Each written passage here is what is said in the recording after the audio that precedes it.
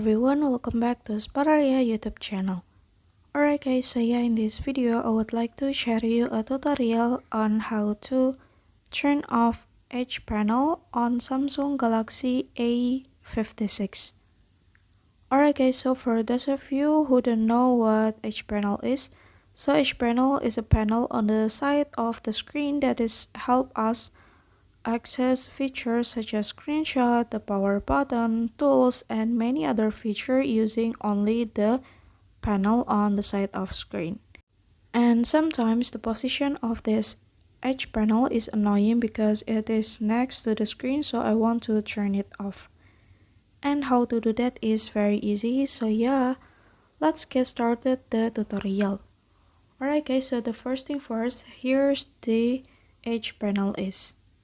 And to turn it off, now you can go to settings menu on your phone like this, and then now you can scroll down and go to display, and after that now you can scroll down, and then here now you can turn off the edge panel, and then the edge panel will disappear from your screen. Alright guys, here's the tutorial. Thank you so much for watching, and bye bye.